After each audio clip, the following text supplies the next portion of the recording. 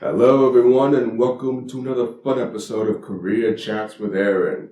I'm your host, Aaron Williams, and today I'm going to be interviewing with Dr. Jalil Shabazz, Program Manager for Youth Services at the North Region Workforce Investment Board.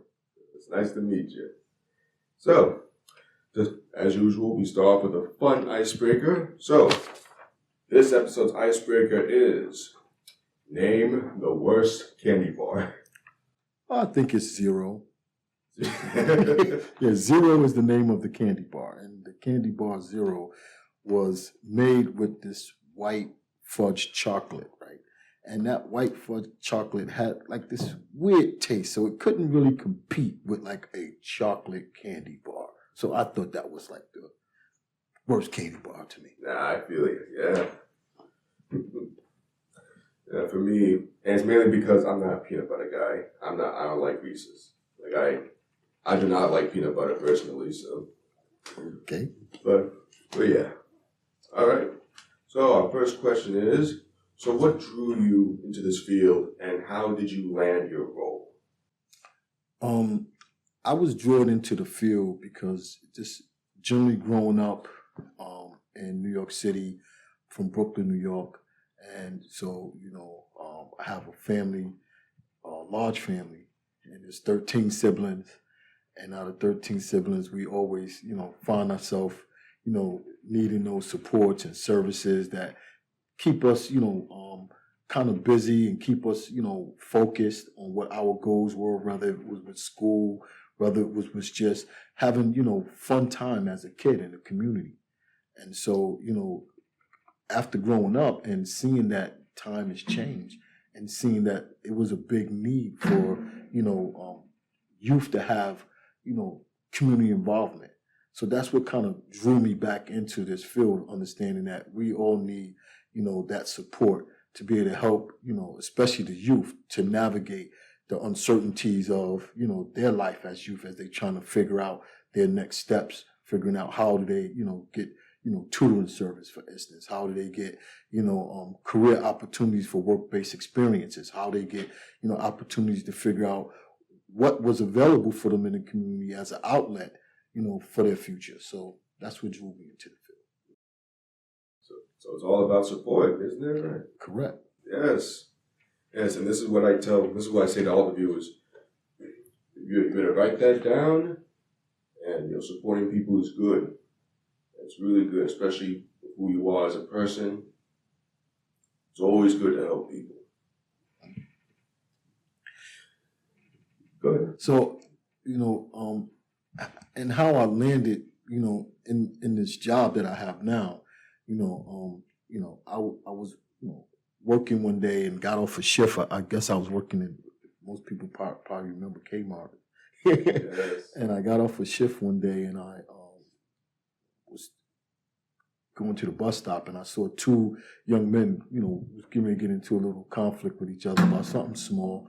And then I intervened and I stopped the two individuals and I talked to them and was able to get them to kind of like figure out a different way how to resolve the differences they had between each other.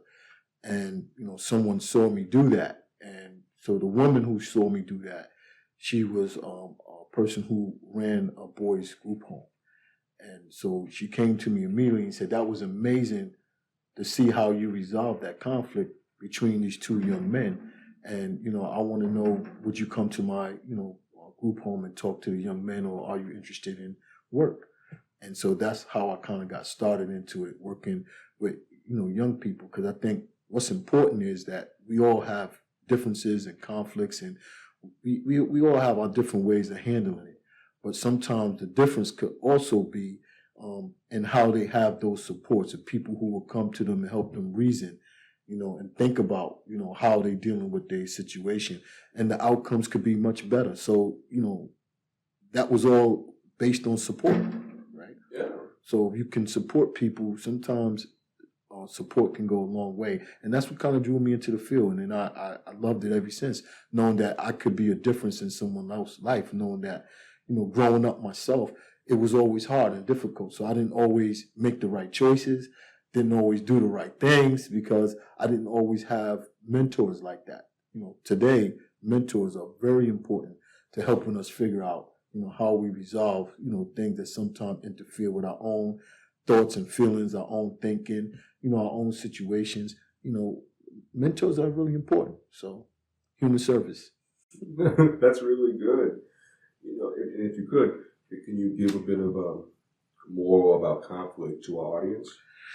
Yeah, so conflict, is, things that arise that sort of interfere with, just daily functioning, daily activities, or just daily good general thoughts or feeling that you have about yourself. And when conflicts arise, it's usually because we don't particularly care for something, dislike something, or have a particular belief about something that, has kind of like pissed us off or ticked us off about things. And so when that conflict comes, right, it usually challenges you, like that fight or flight type of theory. It challenges you to decide how you're going to deal with something that's conflicting with you. And, what you know and what you believe, right, at that time, the information you have about how to deal with that is what normally people gravitate to choose to handle their conflicts. And so if you don't have an understanding that you can sit down and communicate and talk with someone, or even the simple fact that you can go in and draw a third person into a situation that you're not comfortable with and saying, I can get help with this. If you don't know that, then 9 times out of 10, you gravitate towards what you already believe is the best way to deal with the conflict. So conflicts are definitely, factors that interfere with our life. Beautiful. That's really good. A really good moral, right? And write it down. And remember that. Remember that for the future. Especially the youth. Yeah, and conflict, isn't just like what we think of, and just like people think of a fight, right? So conflicts aren't just fights, right? Conflicts are in family dynamics. Conflicts are in the workplace. Conflict can be found in communication.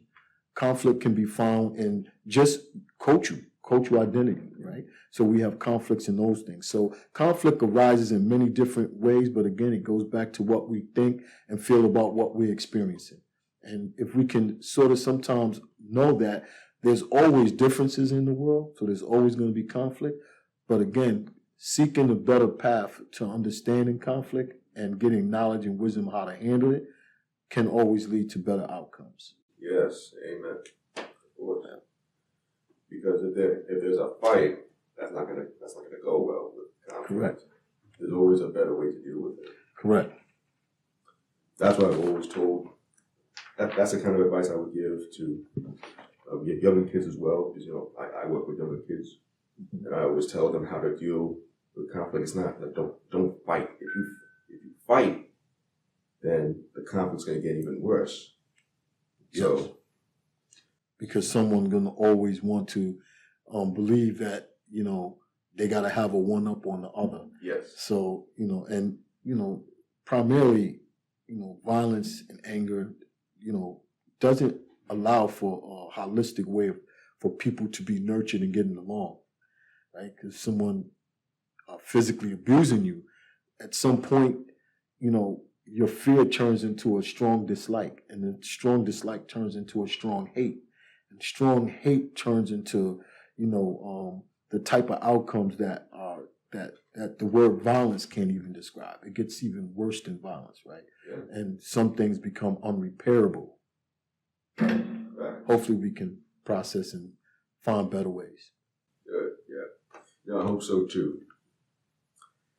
All right. So the second question is, what advice would you give to youth who are unsure about their future career paths? The best advice that I would give to youth, and especially if I'm coming to today's times and what we're living in, youth participate, by law, they have to go to school. And when you go to school, you have a whole array of support systems in school, from your principal down to your teachers, to your counselors. You have your lunchroom staff, you have, your maintenance guy, all the people that are around you in school are support systems, and as well as your family, which should be your number one support system. I think the advice I would give is to sit down and have genuine conversations with people that could be a helpful resource to you, can tell you about resources that are in your community, and as well as use their device, because people have cell phones now, and people have tablets and computers and so forth and so on. If you have access to any type of electronics, use your devices to research, opportunities in your community, what's going on in your community, where work-based opportunities, and try to connect with those. Try to connect with resources in your community that offer opportunities to volunteer, because sometimes volunteering can always also be the first exposure that you get to work ethics, right? To also commitments, right? To also knowing about being on time, because programs start on time and end on time. Also, having empathy for others, right? And then developing soft skills, right? How are you talking and communicating with people? So my advice would be to get involved with your community, ask questions, talk to people that can give you some information about, where are opportunities that you can get a work-based experience, and then use those work-based experience to decide or determine what is it that you like and dislike about working, and what type of work would you realistically like to do for a career. And then that will help steer you with a focus to focusing on gaining the information or skill levels you need to get into the career that you want for yourself. And most likely, if you do that, you're much happier when you got a career that you enjoy. Yes, take it from me, people. My goal for a career is to be an actor, a voice actor, a video producer. So I expanded my experience. I go around. I read books to little kids at elementary schools. I do haunted houses where I do scary voices, scaring people. So I do some research on what kind of jobs there is, opportunities, and I just go along with it. Sound like some fun stuff you're doing. Yes, especially the haunted house. Now, if you could go back in time, what advice would you give to your younger self? To my younger self, yes. The advice I would give to my younger self is that perhaps I would need to have listened more to, the elders that were around me at the time, giving me advice about, time, because, so much time was wasted in my younger life where I didn't focus on a career or a job or, how to be useful myself in the community. And, that probably halted, some of my understanding about what I could have been doing for my career and retiring a lot sooner than now. But so it would definitely be telling myself to listen more and to pay attention to the advice that, older people or people that were more experienced, had for me to be able to keep me grounded. Nice. Okay, that's really good advice. Mm-hmm. Now, with because you support people, can you give us a story about one of the youth people that you help, that you support and help them, not just conflict, but just understand about work and help them for their future? Oh man, I have too many. So, but I'll put out one because there's always many that stands out with me, and particularly, I'll go to one that's challenging. And I had a youth that came to me and their parents were with them, and they was like, I don't know what I want to do for my future. I don't have a connection with anything in life. I don't enjoy nothing in life. I just want to sit in my room and absolutely do nothing. I'm like, so doing nothing means that's a quality of life? And they said to me, yeah, that was. Doing nothing meant a quality for them. I said, wow, gee, that's a new one for me. And so I challenged the youth that, hey, listen, if, I would, support you to just coming along and checking out one of our youth programs. Would you be willing to come do it? And it involved, playing around with, some saws and skills and hammers and drills and, it's involving carpentry skills. And the youth was like, sure. So we got them involved in the carpentry skills. They got involved with carpentry. And, periodically I would go to, the program and check out how the youth was doing in carpentry. And the youth really enjoyed it. I was so surprised that the youth enjoyed doing it so much that they became the best, skilled carpenter in the program amongst the youth. And then they were able to utilize their time from the skills that they learned to build birdhouses and do other things that became fun to them. So this youth actually turned his life around, found something that they enjoyed doing, and eventually, left the program, joined our Carpenters Brotherhood Union, and actually is working as a pre-apprentice now, and doing well. He's enjoying it. So seeing someone who didn't think that life had no meaning other than sitting in a room and chilling to actually finding a meaning for his life and being functional and being productive and earning money and being happy about it. That's a win-win. So I like that. Oh, that's wonderful.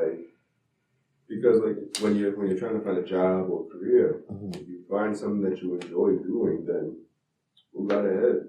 Correct. That's really.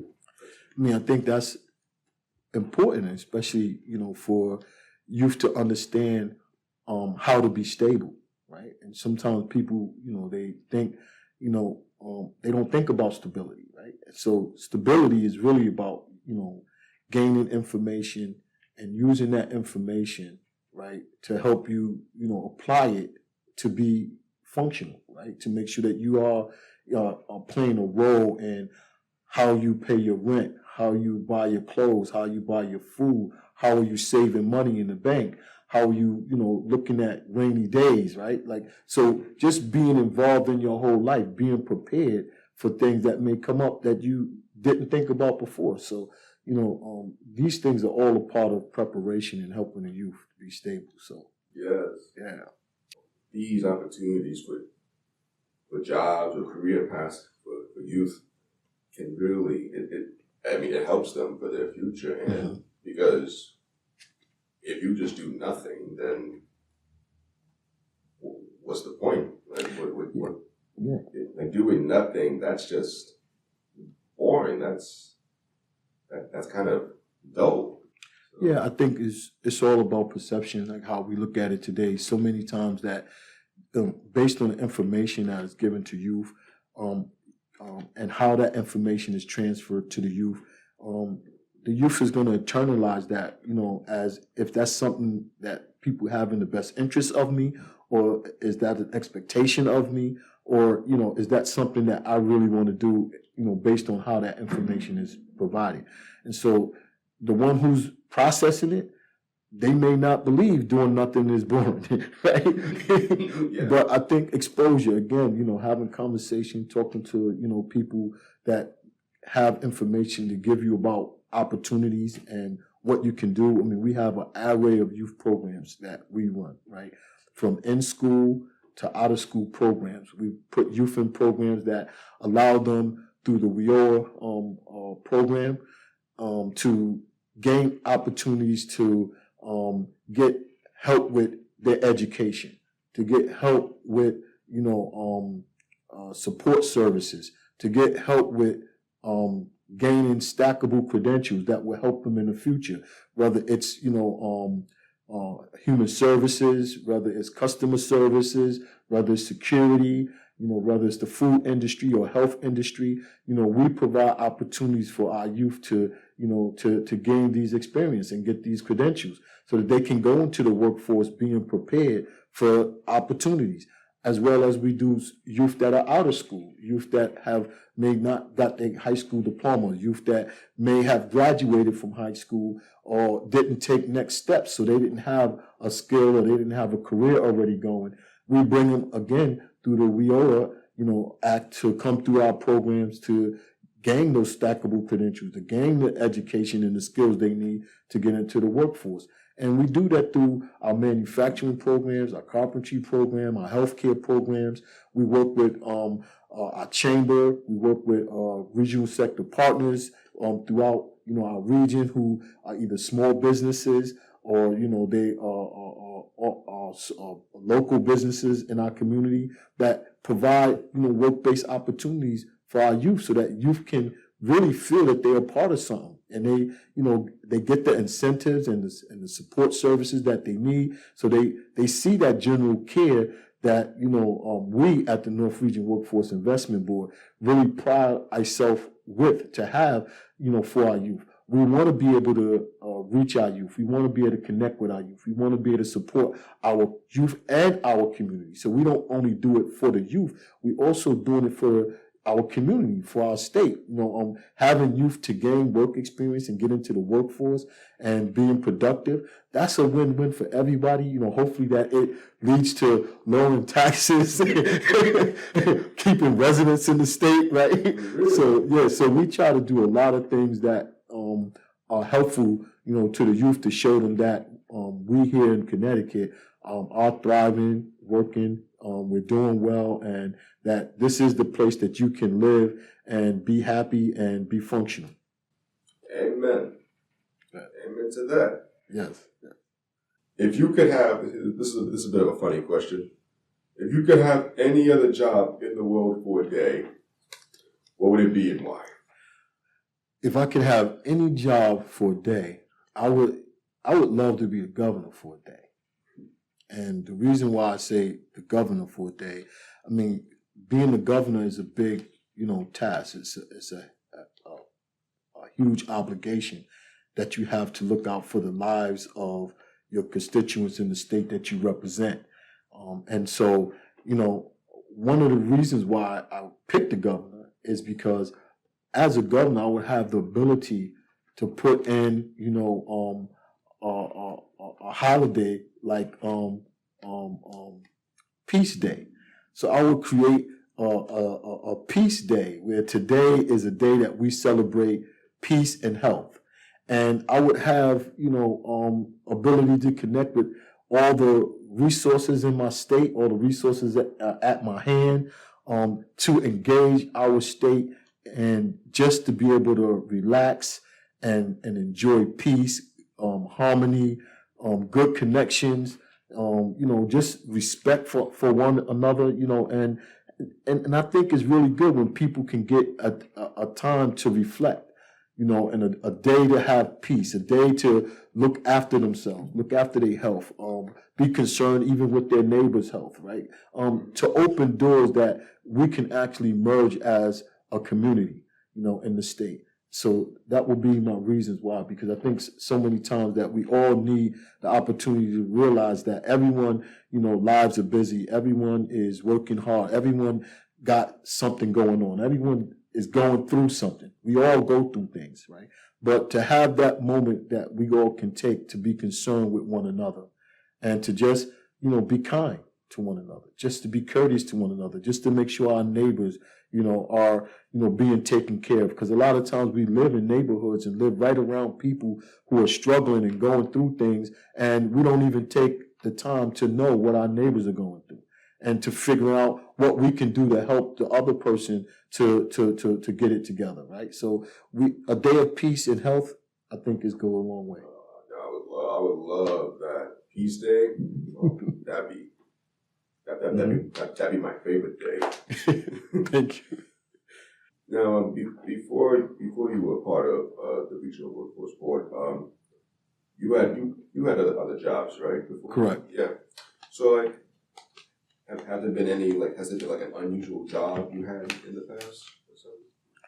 Well, I can't say that I had unusual jobs, because I think my career path and opportunities that I was able to connect with, all came through, opportunities with people who knew me and was trying to look out for my best interests. So I was always exposed to, work-based experiences that I enjoyed.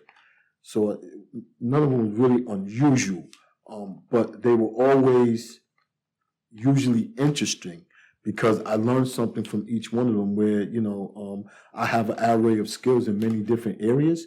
And then those skills allow me to look at how I can be stable today in my life, and how I can be resourceful in providing information or advice to people who's looking to do the same thing.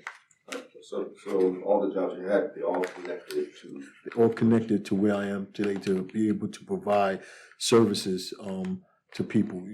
I worked. I would say the fun work that I like doing. I'm an LPC and an LADC. I have my master's in counseling, and I received my doctorate in behavioral health and organizational leadership.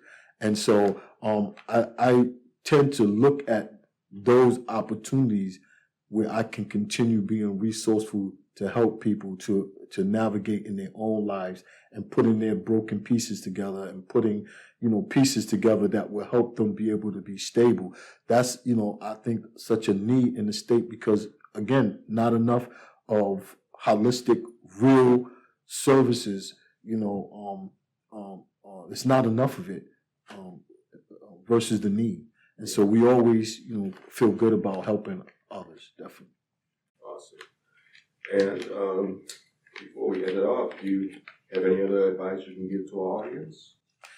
Yeah, I think to the audience, I would say first of all, thank you for being able to stick through the podcast and listen to how I'm reflecting on my career, and hearing about the resources that we have. I would just say continue to all focus based on the time and challenges that we're all going through, and to process what's best for you, what's next best for you, how to stay stable through this time, how to keep a positive thought going, looking at how you're going to continue to support your communities as they struggle for resources.